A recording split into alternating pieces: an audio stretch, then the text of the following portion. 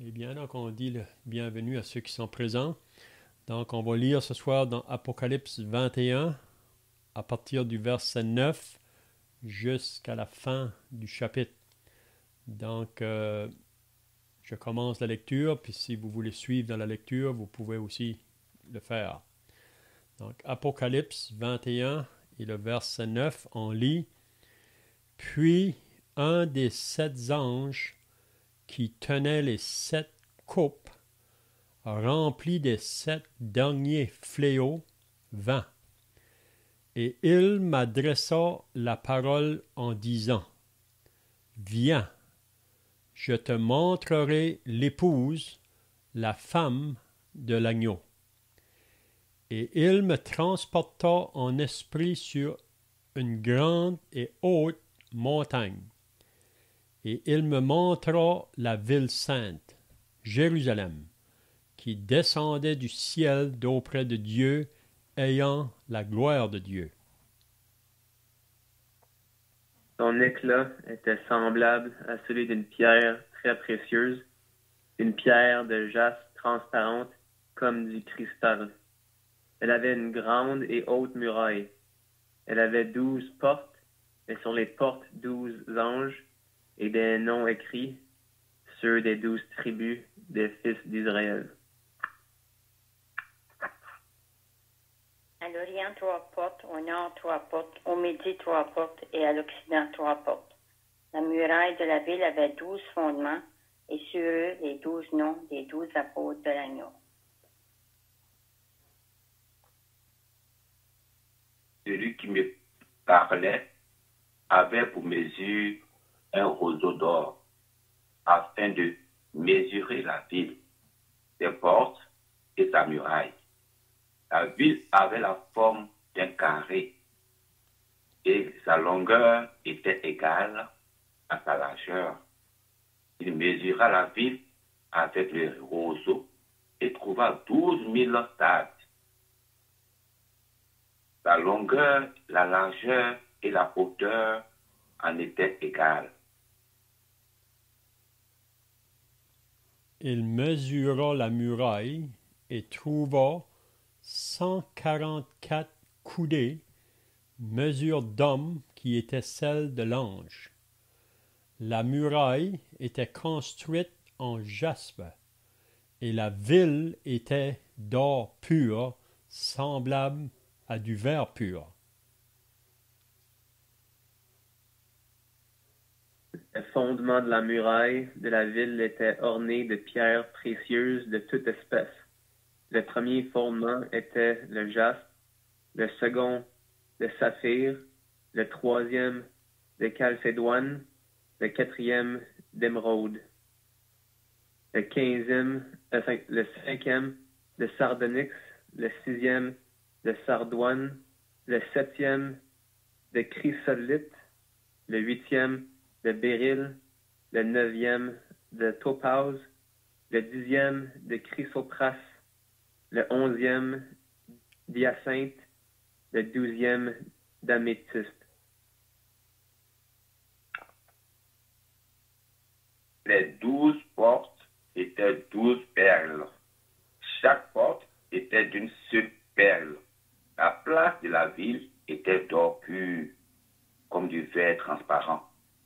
Je ne vis point de temple dans la ville, car le Seigneur Dieu, Tout-Puissant, est son temple, ainsi que l'agneau.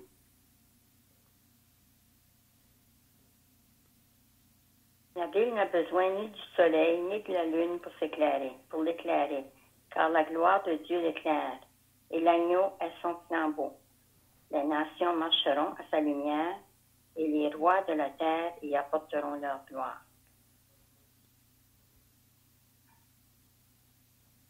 Ces portes ne se fermeront point le jour, car là il n'y aura point de nuit. On y apportera la gloire et l'honneur des nations. Il n'entrera chez elles rien de souillé, ni personne qui se livre à l'abomination et au mensonge. Il n'entrera que ceux qui sont écrits dans le livre de vie de l'agneau On pourrait peut-être lire jusqu'au verset 5 là, du chapitre 22.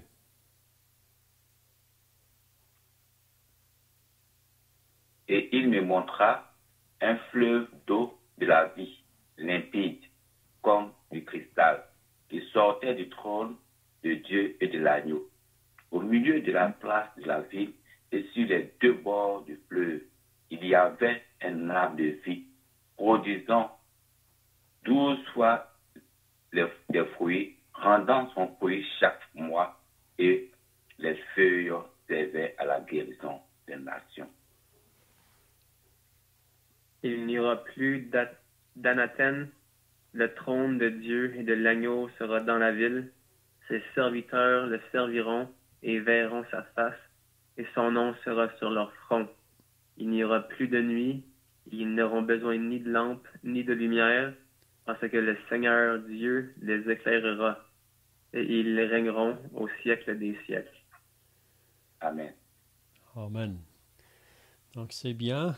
Donc si vous étiez là la semaine passée, on avait regardé le début du chapitre 21. Puis on avait remarqué que les deux derniers chapitres de l'Apocalypse nous parlent de cet événement final, si on peut dire, qui va prendre place dans le plan prophétique de Dieu. Donc cet événement, c'est concernant le nouveau ciel et la nouvelle terre, ou le nouveau ciel et la nouvelle terre. Puis si vous vous rappelez, là, on avait dit dans les semaines passées qu'il y a 7 événements encore futurs dans le plan prophétique de Dieu qui doit s'accomplir. Puis on avait remarqué que le prochain événement qui devrait prendre place, c'est l'enlèvement de l'Église. Jésus a fait la promesse à ses disciples quand il était dans la chambre haute, là, avant d'aller à la croix. Il a pu leur dire au chapitre 14 de l'évangile de Jean, parce que ses disciples étaient troublés à la pensée qu'il allait les quitter. Mais Jésus a pu leur dire que votre cœur ne se trouble point. Croyez en Dieu et croyez en moi. Il y a plusieurs demeures dans la maison de mon Père. Si cela n'était pas, je vous l'aurais dit, je vais vous préparer une place. Et lorsque je m'en serai allé et que je vous aurai préparé une place, je reviendrai vous prendre, afin que là où je suis, vous y soyez aussi. Donc Jésus a fait la promesse à ses disciples. Il part, mais qu'il va revenir. Puis aussi, on lit dans les Actes des Apôtres, au chapitre 1, c'est encore les paroles de Jésus après sa résurrection, quand il était sous la montagne, puis ses disciples étaient là. C'est la dernière fois qu'il va les apparaître après sa résurrection. Puis il va leur dire, vous allez recevoir une puissance, le Saint-Esprit qui va venir sur vous, et vous serez mes témoins dans Jérusalem, dans la Judée, dans la Samarie et jusqu'aux extrémités de la terre. Puis ça nous dit, pendant que Jésus leur disait cela, il fut élevé. Il est parti. Puis on peut voir les disciples là, qui avaient les regards sur lui quand ils le voyaient partir. Puis ça nous dit qu'à ce moment-là, il y a 2 hommes vêtus de blanc qui leur est apparu pour leur dire, « Hommes galiléens, pourquoi regardez-vous au ciel? Ce Jésus que vous voyez reviendra de la même manière que vous l'avez vu partir. » Donc Jésus a fait la promesse qu'il allait venir de nouveau. Puis on sait que concernant sa venue, ça va se faire en 2 phases, on peut dire. Premièrement, il vient pour l'enlèvement de l'Église. Ça, c'est avant que la tribulation commence. Et la grande tribulation, ça, c'est le 2e événement. Donc, il viendra chercher son Église juste avant la tribulation. Ça comprend la première phase de son enlèvement. C'est seulement les croyants à ce moment-là qui vont être enlevés. Mais à la fin de la tribulation, là, Jésus viendra pour établir son royaume. C'est vraiment ça, sa seconde venue. Il est venu une fois pour donner sa vie en sacrifice. Mais quand on parle de sa seconde venue, c'est quand il va venir pour établir son règne sur la terre. C'est quand il va venir pour combattre l'Antichrist et le faux prophète à la fin de la tribulation. Donc le prochain événement, si on peut dire, ou la première, c'est l'enlèvement de l'Église. Ensuite, on a dit que c'est la tribulation qui va prendre place, c'est la grande tribulation. Puis ça va être d'une durée de 7 années. C'est vraiment la 70e semaine de Daniel. Le troisième événement, c'est sa seconde venue, là, quand il vient, comme j'ai dit tout à l'heure, à la fin de la tribulation pour établir son royaume sur la terre, un règne de 1000 ans. Donc, le quatrième événement, ça va être le 1000 ans, le millénium qu'on appelle. Puis à la fin du millénium, là, ça va être la fin de ce monde ici. C'est là, à la fin, vous vous rappelez qu'on avait dit qu'à la fin du 1000 ans, là, Satan va être de nouveau relâché de sa prison pour un peu de temps. Puis il va encore entraîner une grande armée avec lui pour faire la guerre aux saints à Jérusalem. Mais c'est là que le feu viendra du ciel pour les consumer. Puis c'est à ce moment-là que Satan va être jeté dans l'étang de feu et de soufre, là où sont la bête et le faux prophète, qui ont été jetés 1000 ans avant. Donc Satan va être jeté dans ce lieu-là pour être tourmenté jour et nuit au siècle des siècles. Donc Satan, ça va être sa fin. On ne le reverra plus. Ça va être sa fin à ce moment-là. Donc, la fin du monde. Donc, après ce moment-là, qu'est-ce qui va se faire? C'est le jugement dernier. Le jugement dernier qui comprend le grand trône blanc. On avait vu ça aussi dans le chapitre 20 de l'Apocalypse, à partir du verset 11. Donc, tous ceux qui auront refusé de se repentir et de croire au Seigneur Jésus pour le recevoir comme Sauveur et Seigneur pendant leur vivant sur la terre. Donc, ce sont tous ceux-là qui vont comparaître là, au grand trône blanc pour être jugés par le Seigneur Jésus. On avait dit que c'est Jésus qui va se lever pour juger. Et on voit ça dans les Actes des Apôtres. Paul l'a annoncé. Donc, Jésus sera le juge. On sait qu'aujourd'hui, Jésus est toujours un sauveur. Il se présente comme sauveur. Mais ceux qui refusent de croire en lui devront le rencontrer un jour comme leur juge. Donc, au jugement dernier, donc, chacun sera jugé selon leurs œuvres. Puis on avait lu à la fin du chapitre 20 là, que quiconque ne fut pas trouvé écrit dans le livre de vie fut jeté dans l'étang de feu. Donc, ils vont être jetés là où Satan a été jeté pour être tourmenté jour et nuit. Donc, le septième événement, donc l'événement final, c'est le nouveau ciel et la nouvelle terre. Donc, on avait dit aussi la semaine passée que si on avait seulement ces 2 derniers chapitres de l'Apocalypse, ça serait assez vraiment pour convaincre les pécheurs à venir au Sauveur, à venir au Seigneur. Mais on va remarquer dans le chapitre 21 et 22, à 3 reprises, Jésus encore va faire son appel. On a vu ça la semaine passée, là, le verset 6, quand que Jésus dit, « Et il me dit, c'est fait, je suis l'alpha et l'oméga, le commencement et la fin. » Puis là, il fait un appel à celui qui a soif. « Je donnerai de la source de l'eau de la vie gratuitement. Celui qui vaincra héritera ces choses, je serai son Dieu et il sera mon fils. » Donc, on pourrait dire ici que c'est un appel à venir au Seigneur Jésus. Donc, si quelqu'un ce soir lit ce passage dans le livre de l'Apocalypse, il y a un appel pour lui, s'il n'a pas encore répondu à cet appel. Mais au verset 8, il nous dit, mais pour les lâches, les incrédules, les abominables, les meurtriers, les impudiques, les enchanteurs, les idolâtres et tous les menteurs. Donc ça, ce sont ceux qui ont refusé de se repentir. Ce sont ceux qui ont refusé de croire au Seigneur Jésus, de croire à celui qui est le seul sauveur. Donc eux, ça nous dit que leur part sera dans l'étang ardent de feu et de soufre, ce qui est la seconde mort. Donc, il y a seulement deux endroits. Il n'y a pas de milieu. Et il y a beaucoup de gens aujourd'hui qui voudraient être dans le milieu. Mais Jésus a mis ça bien clair. Si vous lisez dans Matthieu 7, il a parlé concernant les deux chemins, un chemin large, un chemin étroit.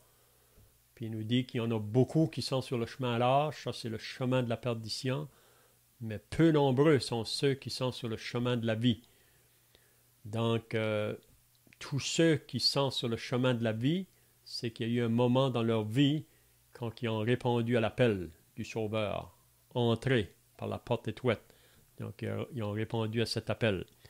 Donc, c'est soit qu'on est sur le chemin de la vie ou qu'on est sur le chemin de la mort. Hein, c'est un ou l'autre. On ne peut pas être au milieu. Donc, ce soir, on va continuer à partir du verset 9. La semaine passée, au début du chapitre 21, c'est Jean qui nous disait, on voit ça souvent dans l'Apocalypse, que Jean dit « je vis » ou « je regardais » ou « j'entendis ». Mais le verset 1 du chapitre 21, là, il dit « puis je vis un nouveau ciel et une nouvelle terre, car le premier ciel et la première terre avaient disparu et la mer n'était plus. » Donc, Jean nous dit qu'il a vu un nouveau ciel et une nouvelle terre. Quelque chose complètement nouveau. On avait dit la semaine passée la raison pourquoi. Puis aussi, Jean dit « et je vis descendre du ciel d'auprès de Dieu la ville sainte, la nouvelle Jérusalem. » Il y a eu une ancienne Jérusalem, et la Jérusalem terrestre, si on peut dire, mais ici, c'est vraiment la Jérusalem céleste. C'est la sainte. Et la nouvelle Jérusalem, préparée comme une épouse qui s'est parée pour son époux. Donc, on voit que Jean a vu cette ville descendre du ciel, puis il nous a dit au verset 3 que c'est vraiment Dieu qui vient faire sa demeure parmi les hommes. Et c'est ça qu'on lit au verset 3. Il dit, il habitera avec eux, ils seront son peuple, et Dieu lui-même sera avec eux. Vous savez que Dieu a toujours voulu habiter avec les hommes, mais après que le péché est entré dans le monde, Dieu n'a jamais pu vraiment habiter avec les hommes à cause du péché. On sait qu'il s'est fait construire le tabernacle dans le désert. Il venait là vraiment dans la nuée, mais il ne pouvait pas vraiment faire son habitation aussi longtemps que le péché était dans ce monde. Mais là, ici, il va faire son habitation parmi les hommes. Puis on avait vu aussi que dans cette ville, si on peut dire, ou dans cet endroit-là qui est associé à la nouvelle terre, il n'y aura plus de larmes, plus de mort, plus de deuil, plus de douleur. Les premières choses sont disparues. Ça, c'est associé à l'ancienne terre, si on peut dire. Oui. C'est bien. Je ne sais pas si quelqu'un a des pensées, là, dans les premiers versets du chapitre 21. Si vous avez des pensées, vous pouvez le faire. Sinon, on va commencer au verset 9. La Sainte Jérusalem du verset 10 fait contraste avec le Jérusalem impie d'aujourd'hui, et qu'on voit le contraste que aujourd'hui on pourrait dire que à Jérusalem le péché règne, Mais dans ce niveau de Jérusalem-là, ce sera complètement le contraire. Il n'y aura aucun péché. Ça va être vraiment une ville sainte. C'est ça. Ouais, c'est complètement nouveau. Hein? C'est ça. Deux petites choses, peut-être. D'abord, une question pour répondre. Mais ma perception, quand il dit voici c'est fait, ça me fait penser à Tétalestai, quand Jésus sur la croix, il dit tout est accompli. C'est fait, ça veut dire c'est un état de fait, c'est un accomplissement, c'est quelque chose qui est déjà fait à ce moment-là. Et puis, juste clarifier que quand on parle de Jérusalem, on sait tous que c'est une ville. Et la Bible parle de la ville de Jérusalem, mais Jérusalem est plus qu'une ville. En réalité, on lit dans Galates. La Jérusalem d'en haut, c'est notre mère, etc. Donc, c'est plus qu'une ville. En réalité, c'est comme on dirait un peuple. La vieille Jérusalem représentait plus comme le peuple juif, si on veut, ou l'ancienne alliance. Je pense que tu en penses aussi, Léon, là-dessus. Comme tu dis, dans l'Épître aux Galates, il nous parle à propos de ceux qui sont associés avec la Jérusalem d'en haut. Ce sont ceux vraiment qui ont cru comme Abraham par la foi. Donc, ils sont associés à la première femme d'Abraham, si on peut dire, Sarah. C'est vrai que Agar, c'est pas sa femme, c'était sa servante. Mais le fils de la promesse devait venir par Sarah et non pas par Agar. Mais vous savez l'histoire. À un moment donné, Sarah, parce qu'elle était stérile, elle ne pouvait pas avoir d'enfant. Donc, elle a demandé à Abraham d'aller vers la servante. Il a eu un fils, mais ça, c'est le fils selon la chair. Ce n'est pas le fils de la promesse. Donc, il y a ceux qui sont associés avec la femme libre, qui est Sarah, si on peut dire. Mais pour ceux qui ne sont pas sauvés, ils sont toujours associés à la femme esclave, à la Jérusalem d'en bas, si on peut dire. Je ne sais pas si tu avais d'autres pensées, là, Guy. Donc, on pourrait penser que, en fait, quand Paul, dans Galates, parle de Jérusalem d'en bas, il fait référence aux Juifs, puis peut-être même plus qu'aux Juifs, mais à tous ceux qui ne sont pas sauvés d'une certaine façon, alors que la Jérusalem d'en haut, ce sont ceux qui ont part au royaume de Dieu, qui sont donc sauvés par la grâce de Dieu, d'une certaine façon, cette distinction-là. Donc, lorsqu'on voit une ville descendre, c'est peut-être plus comme une image que Dieu utilise pour nous dire le royaume de Dieu qui vient sur la terre. Celui qui avait été promis aux Juifs. D'ailleurs, les disciples, tu as fait référence au livre des Actes tout à l'heure. Et eux, quand ils ont vu Jésus, la question qu'ils ont posée, quand est-ce ton règne, quand est-ce que leur royaume va être instauré? Eux, c'est ce après quoi ils attendaient, c'était leur espérance. Et maintenant, c'est vraiment le temps, tout est accompli, là, c'est vraiment En fait, ce royaume-là, ça a été le Milan.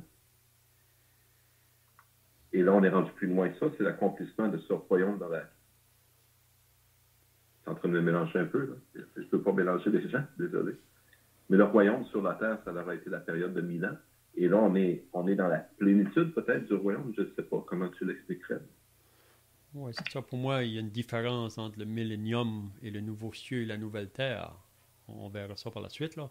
Parce que dans le millénium, vous savez qu'il va y avoir un temple de construit dans le millénium. C'est vraiment ça qu'on lit dans le livre d'Ézéchiel, à partir du chapitre 40 jusqu'à la fin. Il parle de ce temple qui sera reconstruit.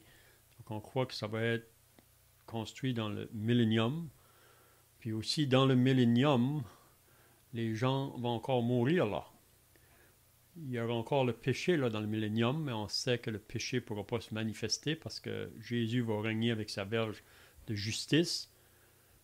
Mais c'est là qu'on voit à la fin du millénium, quand que Satan sera relâché, là, qu'il y a encore beaucoup qui vont le suivre. Ce sera des gens qui auront été nés dans le millénium, parce qu'on sait que le millénium, ça commence avec tous des croyants. Tous ceux qui vont rentrer dans le règne de 1000 ans, ça va être tous des croyants. Mais par la suite, ils vont avoir des enfants. Puis ceux vraiment qui ils vont faire une décision, même dans ce temps-là, là, soit qui se tournent vers le Seigneur ou qui vont simplement se rebeller, puis à la fin, qui vont s'identifier avec l'Antichrist. Mais dans la nouveau cieux et la nouvelle terre, on voit qu'il y a des choses qui sont différentes là. C'est un peu semblable, on dirait. Si vous lisez dans Ésaïe 65, même 66, il mentionne le nouveau cieux et la nouvelle terre. On dirait là que c'est plutôt associé avec le règne aussi là, qui veut parler. Mais on peut voir la différence quand on lit les 2 derniers chapitres de l'Apocalypse concernant ce nouveau cieux et la nouvelle terre. Donc, on peut commencer au verset 9. Donc, ici, qu'est-ce qu'on va voir à partir du verset 9?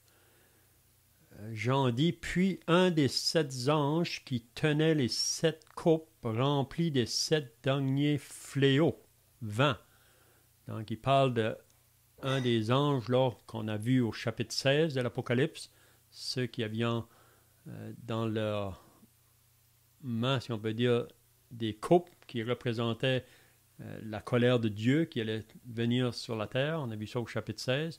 Il mentionne un de ces 7 anges-là. Ça ne nous dit pas lequel, c'était le premier ou le 7e, ça ne nous le dit pas. Mais un de ces 7 anges-là qui tenait les 7 coupes remplies des 7 derniers fléaux, vint et il m'adressa la parole en disant, « Viens, je te montrerai l'épouse, la femme de l'agneau. » Donc ici, qui est-ce que ça représente, ça, l'épouse, la femme de l'agneau?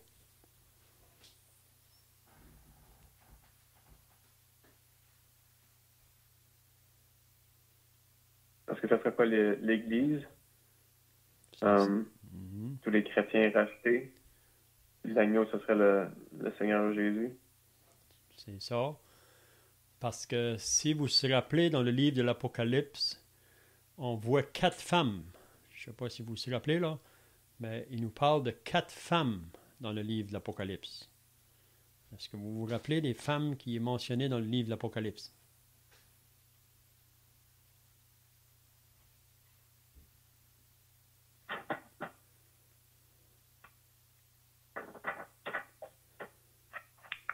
Il y a la première femme qui est mentionnée, c'est dans l'Apocalypse.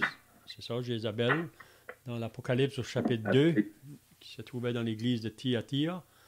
La femme Jézabel, dans qui est-ce qu'elle représentait? Bien, on sait que dans l'Ancien Testament, c'était la femme d'Akab, un roi d'Israël, et qu'elle était une femme tout à fait idolâtre et méchante, meurtrière. Elle représente le mal peut-être qui était dans cette église par laquelle s'infiltre dans l'église. C'est ça. Même quand le Seigneur a dû reprendre cette église de Thyatire, c'est ça qu'il l'a repris dessus, c'est qu'il laissait cette femme Jézabel d'enseigner dans l'église, puis même à entraîner les personnes dans l'idolâtrie et dans la débauche. Puis ça, c'est vraiment, cette femme-là, vraiment du chapitre 2, elle est vraiment une type ou une figure de la femme qu'on voit au chapitre 17, là, la femme prostituée, la Babylone. Parce que la Babylone, dans Apocalypse 17, ça représente vraiment le faux système religieux ou la fausse église. Donc, on pourrait dire que Jézabel, dans le chapitre 2, là, et cette femme prostituée dans le chapitre 17, ils sont associés vraiment du côté du mal ou associés avec le diable, vraiment, dans le but de détruire l'œuvre de Dieu. Mais il y a une autre femme, si vous vous rappelez, dans le chapitre 12, la femme qui était enveloppée d'un soleil, là, et elle avait la lune sous ses pieds. Qui est-ce que cette femme-là est dans l'Apocalypse 12? Qui est-ce qu'elle représentait, elle?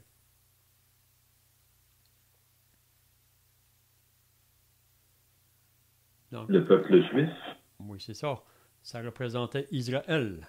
Donc, on peut dire Israël, qui était appelée la femme de Dieu dans l'Ancien Testament. Mais ici, on voit cette 4e femme, c'est la dernière femme qui est mentionnée dans l'Apocalypse. Mais là, il parle de la femme de l'agneau, ou l'épouse, la femme de l'agneau. Donc ça, c'est réellement l'Église, la vraie Église. Hein?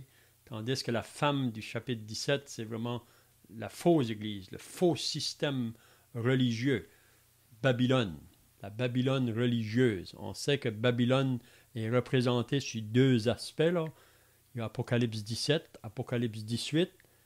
17, c'est vraiment sur l'aspect religieux. 18, c'est vraiment sous l'aspect politique et commercial. Mais c'est ça, à la fin, vraiment, qui va prendre pouvoir là, dans la tribulation. Là. Puis on sait qu'à la tête de ça, c'est l'Antichrist, vraiment. Hein? Mais ici, là, c'est le contraste. Viens, je te montrerai l'épouse, la femme de l'agneau, qui est associée vraiment pour moi à l'Église. Puis on sait que l'épouse, c'est là qu'est notre espérance, nous chrétiens présentement sur la terre, et toutes les promesses qui nous sont faites, on vit vraiment, on vit de cette espérance-là, là, toutes les promesses. Même Pierre en parle concernant notre héritage qui nous attend dans les cieux. Puis on sait que la femme ou l'épouse de l'agneau, c'est toujours l'Église vraiment qui va être toujours le plus près là, de l'époux, si on peut dire, ou de Dieu dans la sphère du ciel. On a une place spéciale vraiment en tant que l'épouse. Là. Je ne sais pas si vous avez d'autres pensées là.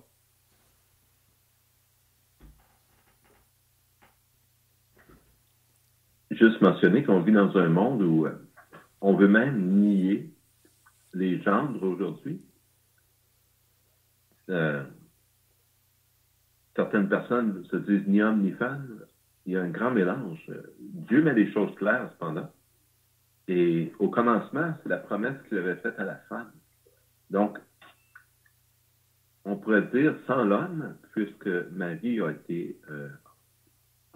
Jésus a été engendré dans le sein de Marie par la puissance du Saint-Esprit. Donc, sans l'intervention de l'homme, ce sauveur est venu. Bien sûr, ce n'est pas de façon absolue sans l'homme, parce que avant que Marie naisse, elle vient elle-même d'homme et de femme, donc c'était dans le plan de Dieu.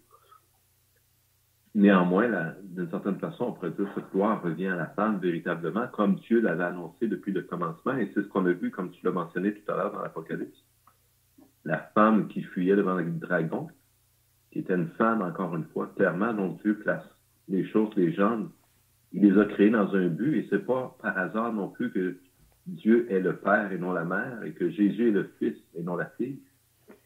Dieu a établi un ordre dans la vie sociale de l'homme pour nous aider à voir son plan à lui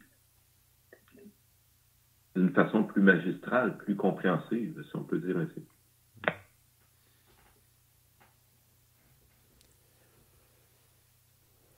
OK, donc à partir du verset 10 maintenant, Jean dit « Et il me transporta en esprit sur une grande et haute montagne, et il me montra la ville sainte. » Donc c'est la même ville là, qu'on a vue au début du chapitre 21.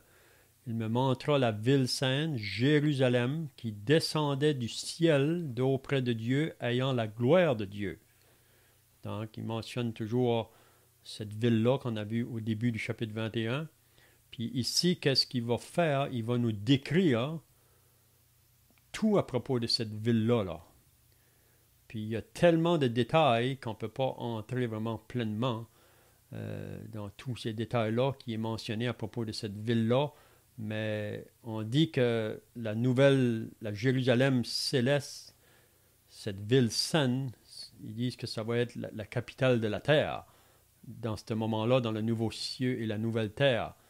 Donc, tout va se diriger ou va être conduit à partir de là, si on peut dire. Là, Puis Dieu va être vraiment là avec son peuple et sur la terre. Donc ici, il va nous donner une description de cette ville-là. Et il y en a qui croient que c'est simplement symbolique, ça. Mais moi, je n'aime pas de croire que c'est symbolique parce qu'il y a trop de détails pour décrire cette ville-là. Je crois réellement que c'est littéral, puis c'est réellement une ville qui va être placée là, dans le nouveau ciel, la nouvelle terre, puis tout va, comme je dirais, Parce que même, ça nous dit qu'il va y avoir des nations là, qui vont être là, en ce temps-là aussi. On voit ça plus loin là.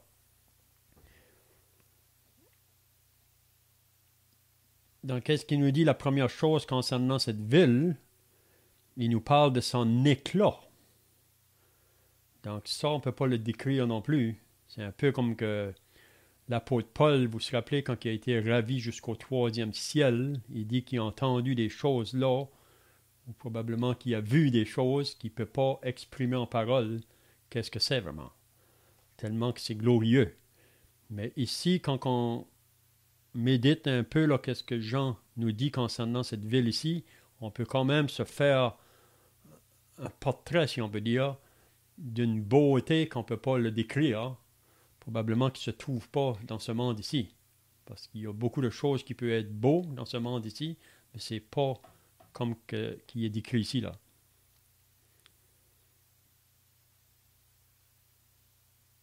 Donc, comment vous voyez au verset 11, quand il dit « Son éclat était semblable à celui d'une pierre très précieuse, d'une pierre de jaspe transparente comme du cristal. » Qu'est-ce que ça voudrait nous dire?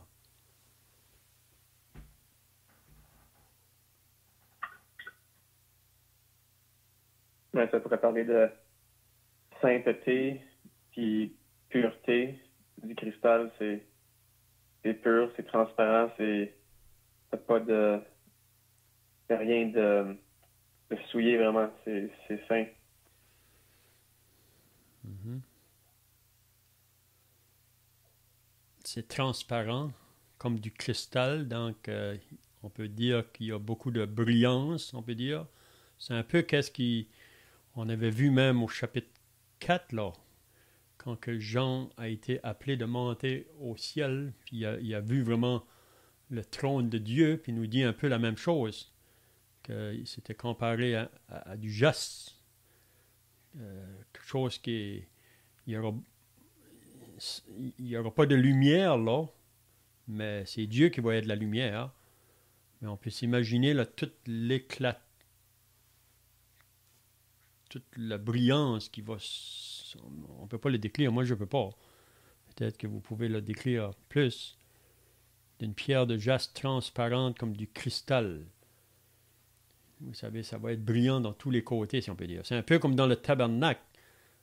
Si on regarde le tabernacle dans le désert, du dehors, ça paraît quelque chose qui n'est pas trop attrayant. Mais si vous rentriez dans le tabernacle, dans le lieu saint, il y avait aussi le lieu très saint, mais dans le lieu saint, vous vous rappelez qu'il y avait le chandelier là, puis tout en dedans du tabernacle, c'était tout en or. Donc on peut s'imaginer là, quand le sacrificateur qui rentrait là, c'était toute une brillance. Et tout était d'or pur. Oui. Donc, est-ce que vous avez d'autres pensées là, au verset 11?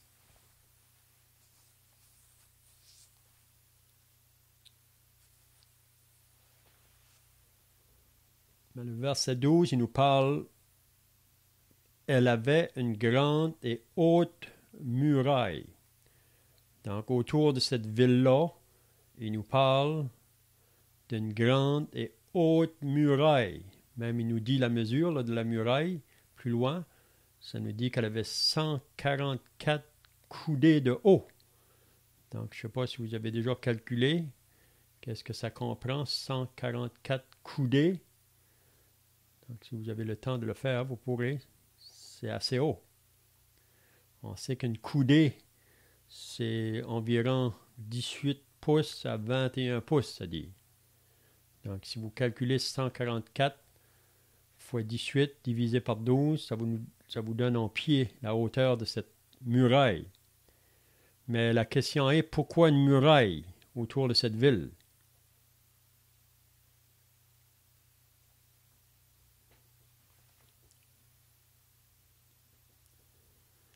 Pourquoi qu'il y avait une muraille autour de la ville de Jérusalem? La Jérusalem d'en bas, pourquoi qu'il y avait une muraille? Pour sa sécurité. Oui, c'est ça, c'était pour sa sécurité. Puis c'était dans le but là, de protéger la ville s'il y avait les ennemis qui venaient. Mais dans cette nouvelle Jérusalem ici, il y a une muraille, Mais on sait que ce n'est pas une muraille pour protéger de l'ennemi parce qu'il n'y aura pas d'ennemi là. Hein? Donc, c'est juste pour dire que c'est une ville, puis c'est juste que ça démontre là, sa grandeur, probablement. On ne peut pas le décrire, là, comme j'ai dit tout à l'heure.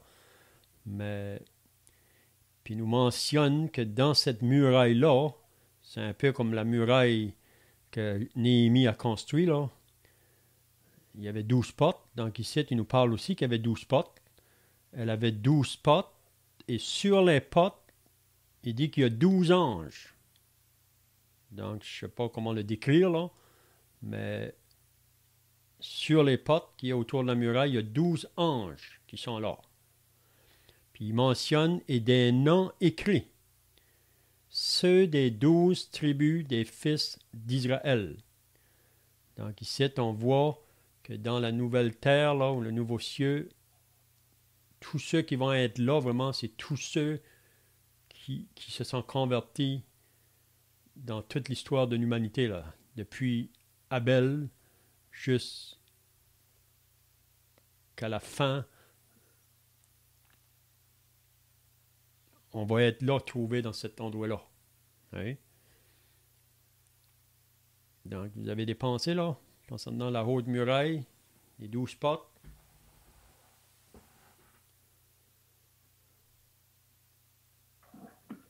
Bien, comme tu le disais, Léon, c'est certain qu'il n'y aura pas d'ennemi à l'endroit où on sera. À ce moment-là, la mort même, l'ennemi, le dernier ennemi va avoir été chassé. Il n'y aura plus d'anathème, on a lu, etc. Donc, il n'y aura plus de guerre. Il n'y aura plus besoin de murailles. Néanmoins, je pense que la muraille représente cette protection de Dieu, on est entouré, si on veut, gardé par Dieu lui-même. C'est un peu ce qui me vient à l'esprit face à cette muraille. Mm-hmm. Il y a une chose qu'on va voir plus loin concernant les portes, ils ne seront jamais fermés. Si vous lisez les portes de la muraille à Jérusalem là, que Néhémie a construit, ces portes-là devaient être verrouillées, fermées, vraiment. C'était contrôlé là, quand on sortait ou entrait. Mais ces portes-ci vont être toujours ouvertes. On voit ça plus loin. Donc, il avait 12 portes et sur les portes, 12 anges et des noms écrits. Puis là, il mentionne les 12 tribus des fils d'Israël. Donc, les 12 fils de Jacob. Ça va être les noms qui sont écrits là. Puis là, il mentionne à l'Orient 3 portes, au Nord 3 portes, au Midi 3 portes et à l'Occident 3 portes. Donc, vous pouvez vous imaginer. Et on peut se faire le portrait là. Il dit que la muraille de la ville avait 12 fondements. Donc, ça veut dire en dessous de la muraille, il y a 12 fondements. Donc, c'est quelque chose de solide.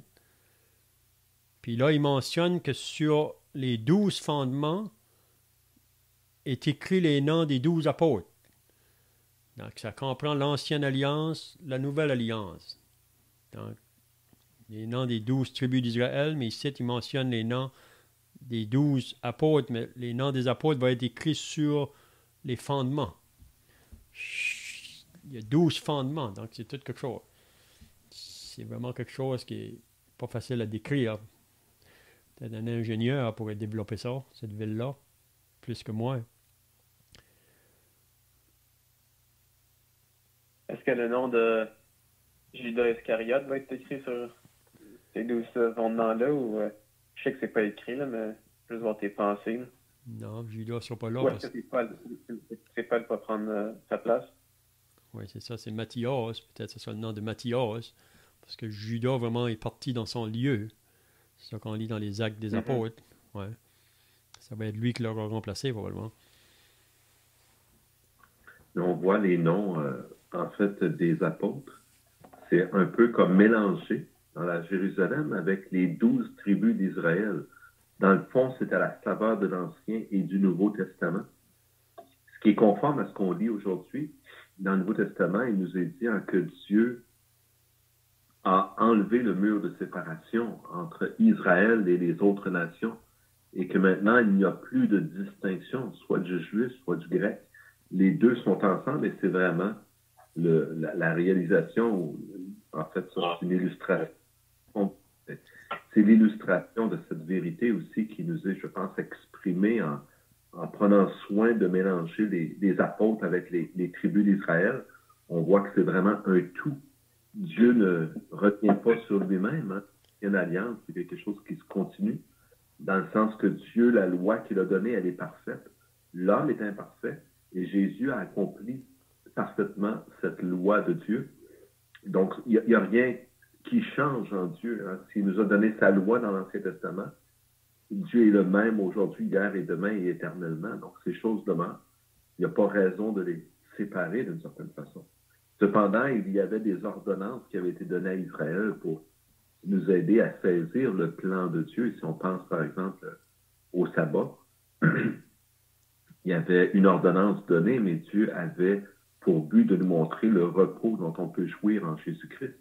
On peut penser au premier-né, on peut penser à ces viandes interdites, etc. Donc, il y a différentes institutions qu'il y avait dans l'Ancien Testament, mais ces choses n'étaient qu'une ombre des choses à venir et qui sont réelles, des choses du ciel, des choses célestes. Donc, tout ce langage que Dieu utilise, dans le fond, c'est un langage pour nous parler de choses célestes qui nous échapperaient si Dieu ne prenait le soin. Et Dieu, bien sûr, se limite à un langage d'homme, si je puis dire ainsi, en nous exprimant ses pensées. Mais ça demeure une image. Comme tu le dis, Léon, c'est difficile à entrer dans notre cœur d'homme, de vraiment saisir, mais ce qui va être dans le ciel, et ça va être encore plus grand et plus merveilleux, plus éblouissant que ce qu'on peut comprendre. Donc, c'est le but de ce texte, selon moi, de nous montrer l'éclat de la splendeur. Je me souviens d'un livre je peux dire Esther. Le roi Assuérus avait fait une espèce de fête et il voulait montrer la grandeur de sa splendeur, de son royaume, de sa richesse. Et il a fait une grande fête. Et c'est l'idée vraiment ici de mettre en évidence cette grandeur de Dieu, sa splendeur et le plan de Dieu et sa pureté, et ainsi de suite. Puis il y a une autre chose aussi qu'on peut dire, je vois que le temps est passé, là, mais dans le millénium, ça va prendre place avant ce lieu ici, là, mais dans le millénium, les 12 apôtres auront une place spéciale là aussi, là, dans le millénium, parce qu'ils vont être assis sur 12 trônes, puis Dieu va leur donner une place là, spéciale dans le millénium. Là. Ils vont régner avec lui sur la terre dans ce temps-là. Puis aussi, dans le millénium, le peuple d'Israël va être la nation première dans ce temps-là aussi. Là. Donc, on voit que Israël, sous l'Ancienne Alliance, ou les apôtres associés à la Nouvelle Alliance, ils ont quand même une place dans le millénium. Mais ici, on voit aussi qu'ils sont encore mentionnés ici, là. Donc, on peut voir que c'est deux peuples que Dieu a choisis, ceux de l'Ancien Testament et la Nouvelle Alliance. Puis, ils vont être trouvés là tous les deux, même si que Israël, comme peuple, c'est un peuple qui s'est éloigné, qui a pris des chemins d'égarement. Mais vous savez que Dieu va ramener ce peuple-là. Et ces promesses qu'il a faites à Israël, il va les accomplir. Présentement, Israël est mis de côté. On est dans la dispensation de l'Église. Mais après que l'Église sera enlevée, vous savez que dans la tribulation, Dieu recommence de nouveau à faire un travail pour Israël. Puis on sait qu'à la fin, là, dans la tribulation, ça dit que tout Israël sera sauvé. Ceux qui seront là présents, là, parce que c'est là qu'ils vont reconnaître celui-là qui avait crucifié, que c'était vraiment lui le Messie. Hein? Là, je vois que le temps est passé, donc on va arrêter là pour ce soir. Donc, on pourrait continuer la semaine prochaine à partir du verset 15. Donc, c'est vraiment intéressant pour moi, ces deux derniers chapitres-là. Là. Ça peut nous faire réjouir vraiment en ce qui concerne le lieu où on va être bientôt. Donc, à moins que vous avez d'autres choses à mentionner, là, sinon, on peut terminer par la prière.